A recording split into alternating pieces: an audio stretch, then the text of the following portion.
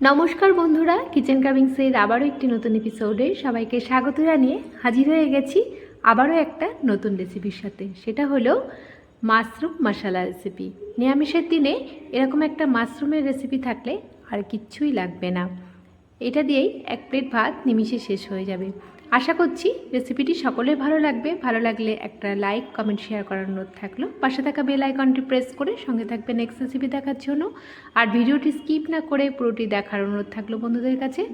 আর নতুন বন্ধুদের জানাই সাদরে আমন্ত্রণ, পুরনো বন্ধুদের সঙ্গে থাকার জন্য অসংখ্য ধন্যবাদ। আর মাশরুম কাটার পদ্ধতি সহ আমি এই রেসিপিটা তোমাদের বানিয়ে দেখাচ্ছি, তাহলে দেখতে থাকো, সঙ্গে থাকো। আমি এর জন্য এই দোকান থেকে একদম প্যাকিং করা এই মাশরুম নিয়ে এসেছি। এটাকে এবার আমি ভালো করে পরিষ্কার করে ধুয়ে নেবো। তার আগে দুটো আলু নিয়ে নিয়েছি, আদা, ক্যাপসিকাম, লঙ্কা আর টমেটো নিয়ে নিয়েছি।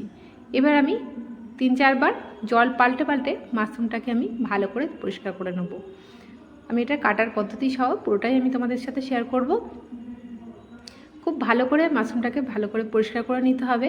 আমি দেখো বারবার করে জল পাল্টে কিন্তু আমি এটাকে পরিষ্কার করে নিয়েছি। তারপরে কেটে এটাকে বয়েল করে নিতে হবে। দেখো দুবার হয়ে গেল। আবার আর একবার আমি জল পাল্টে এটাকে পরিষ্কার করে একদম ধুয়ে নিলাম। এবারে এটাকে আমি সুন্দর করে পিস পিস করে কেটে নেব চপার বোর্ডে। এবার আমি তোমাদের কেটে দেখাচ্ছি। দেখো এইভাবে মাশরুমটাকে কেটে নেবে। খুব সুন্দর করে পিস পিস করে কেটে নিতে হবে। আর যদি পরিমাণ বেশি থাকে তাহলে কিন্তু এটা আলু ছাড়াও তোমরা রান্না করতে পারো। আমি একটু আলু দিয়েছি। দেখো এইভাবে কেটে নিতে হবে। আর এইগুলোকে মাথাগুলোকে একটু খোসা একটা মতন থাকে, সেটাকেও আগে একটু পরিষ্কার করে নিতে হবে। দেখো পুরোটা কাটা হয়ে গেছে। এবার আমি এগুলোকে পাত্রের মধ্যে তুলে নেব। এমনি পরিষ্কার করে নিয়েছিলাম। এখন এটাকে একটু বয়েল করে নেবো 10 থেকে 12 মিনিট। তার আগে একটা মশলা রেডি করে নিচ্ছি। দিয়ে দিচ্ছি 2 ইঞ্চি আদার টুকরো, আর একটা গোটা টমেটো কেটে রেখেছিলাম, 2টো কাঁচা লঙ্কা, আর 5-6টা কাজুর টুকরো। একটু জল দিয়ে মশলাটা আমি ব্লেন্ড করে নিচ্ছি। মশলাটা ব্লেন্ড করা হয়ে গেছে। এখন চলো এটাকে বয়েল করে নেওয়া যাক।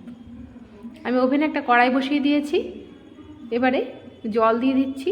তার মধ্যে দিয়ে দেবো লবণ স্বাদ মতন, আর একটু হলুদ গুঁড়ো দিয়ে আমি মিনিট 10 থেকে 12 মিনিট আমি এটাকে বয়েল করে নেব। খুব ভালো করে এটাকে বয়েল করতে হবে।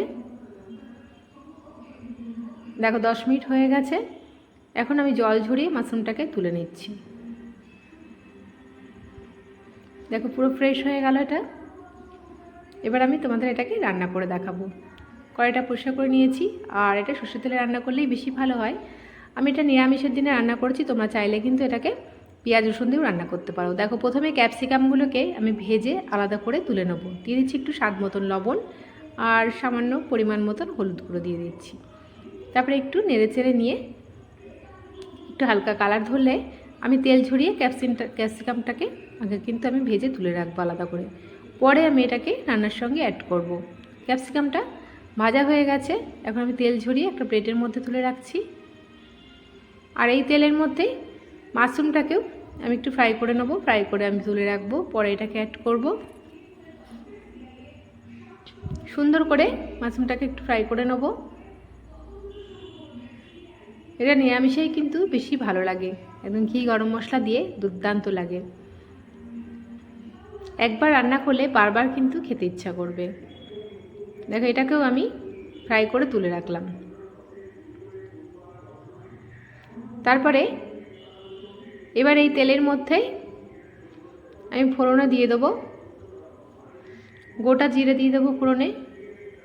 আর দিয়ে দিচ্ছি গোটা গরম মশলা, এলাচ, লবঙ্গ, দারচিনি, একটা শুকনো লঙ্কা চিড়ে দিচ্ছি, একটা তেজপাতা দিয়ে দিচ্ছি। এবারে সুন্দর একটা ফ্লেভার আসা পর্যন্ত আমি ভালো করে এটাকে নেড়ে নিচ্ছি। সুন্দর করে নেড়ে নিয়ে এবার আলুটাকে আমি একটু ফ্রাই করে নেব। আলুটাকে লাল লাল করে একটু ভেজে নিতে হবে। মাশরুমটা যেহেতু আমার বয়েল করা আছে, ফ্রাই করা আছে, তাই আলুটাকে আমি একটু ভালো করে ভেজে নেবো। যেহেতু একটু সেদ্ধ হয়ে যায় আলুগুলোকে ভাজার সাথে সাথেই। দিয়ে দিচ্ছি একটু স্বাদ মতন লবণ, পরিমাণ মতন হলুদ গুঁড়ো দিয়ে ভালো করে নেড়ে চেড়ে নিচ্ছি। একটু কালার ধরলে তারপরে আমি অন্য মশলাগুলো অ্যাড করব। দেখো 5 মিনিটের জন্য ঢাকনা দিয়ে দিয়েছিলাম। আলুটা 2 পিঠই ভাজা হয়ে গেছে, লাল লাল করে আলুটাকে ভেজে নিয়েছি। এখন আমি এর মধ্যে দিয়ে দেবো যে বেটে রেখেছিলাম যে মশলাটা, কাজু, আদা, টমেটো, কাঁচা লঙ্কা বাটা, সেটা দিয়ে ভালো করে কষিয়ে নেব। খুব সুন্দর করে মশলাটাকে কষিয়ে নিতে হবে। আর তার মধ্যে অ্যাড করব আমি 1 চামচ এর মধ্যে দিয়ে দিচ্ছি জিরের গুঁড়ো, আর দিয়ে দেবো 1 চামচ ধনের গুঁড়ো, 1 চামচ লঙ্কার গুঁড়ো ঝালের জন্য, আর একটু কালারের জন্য কাশ্মীরি লঙ্কার গুঁড়ো দিয়ে দিচ্ছি।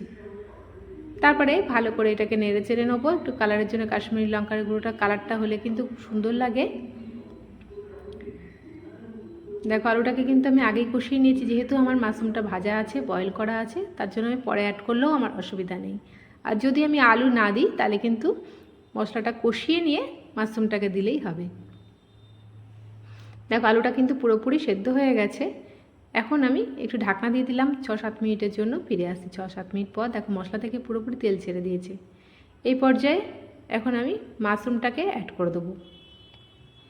আর যদি আমি আলু না দিই, মশলাটা একটু কষিয়ে নিয়েই মাশরুমটা দিলেই হবে। ভালো করে কষিয়ে নিয়েছি। আর এদিকে ক্যাপসিকাম যেটা ভেজে রেখেছিলাম সেটাও আমি অ্যাড করে দিচ্ছি। মাশরুম, ক্যাপসিকাম, আলু ভালো করে কষিয়ে নেব। মশলা থেকে কিন্তু আমার অলরেডি তেল ছেড়েই দিয়েছে।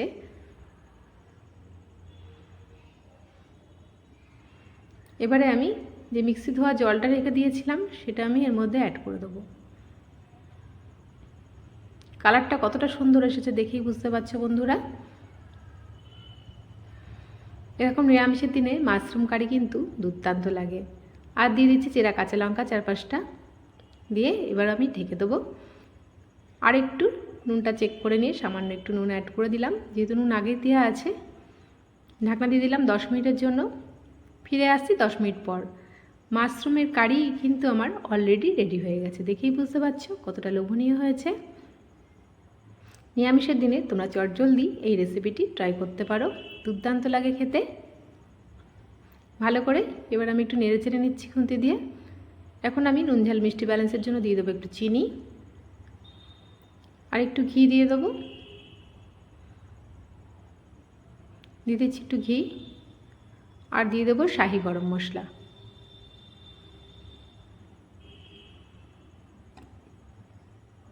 তারপরে ভালো করে নেড়ে চেড়ে নিয়ে শাহি গরম মশলাটা ভালো করে নেড়ে চেড়ে নিচ্ছি। ঢাকনা দিয়ে দিলাম। ফিরে আসছি 10 মিনিট পর স্ট্যান্ডিং টাইমে রেখে। এবার দেখো, দেখেই বুঝতে পারছো কতটা লোভনীয় হয়েছে। এবারে আমি এটা একটা পাত্রের মধ্যে সার্ভ করে নিচ্ছি, একটা প্লেটের মধ্যে। এটা গরম গরম ভাত, রুটি, পরোটা সব কিছুর সঙ্গে কিন্তু দুর্দান্ত লাগবে খেতে। আশা করছি রেসিপিটি সকলের মন জয় করতে পেরেছে। তোমরা দেরি না করে আজই ট্রাই করে ফেলো নিরামিষের দিনে এরকম একটা মাশরুম কারি রেসিপি। ভালো লাগলে একটা লাইক, কমেন্ট, শেয়ার করার অনুরোধ থাকলেও পাশে থাকা বেল আইকনটি প্রেস করে সঙ্গে থাকবে নেক্সট রেসিপি দেখার জন্য। আর ভিডিওটি স্কিপ না করে পুরোটি দেখার অনুরোধ থাকলো বন্ধুদের কাছে।